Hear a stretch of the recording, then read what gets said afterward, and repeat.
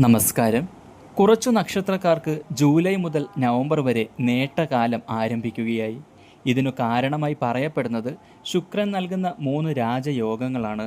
ഹംസരാജയോഗം, മാളവ്യരാജയോഗം, ബുധാദിത്യ രാജയോഗം എന്നിങ്ങനെ ശുക്രൻ്റെ അനുഗ്രഹത്താൽ 3 രാജയോഗം ജൂലൈ മുതൽ നവംബർ വരെ നിങ്ങൾക്ക് ഭാഗ്യം നൽകും. ഇതുവഴി നിരവധി നല്ല മാറ്റങ്ങൾ നിങ്ങളുടെ ജീവിതത്തിൽ ഉണ്ടാകും. വീട്, വസ്തു, വാഹനം, ജോലി എന്നിവ സ്വന്തമാക്കാൻ അനുകൂല സാഹചര്യങ്ങൾ ഒരുങ്ങിക്കിട്ടും. ഇഷ്ടപ്പെട്ട വ്യക്തിയെ ജീവിത പങ്കാളിയാക്കാൻ സാധിക്കും.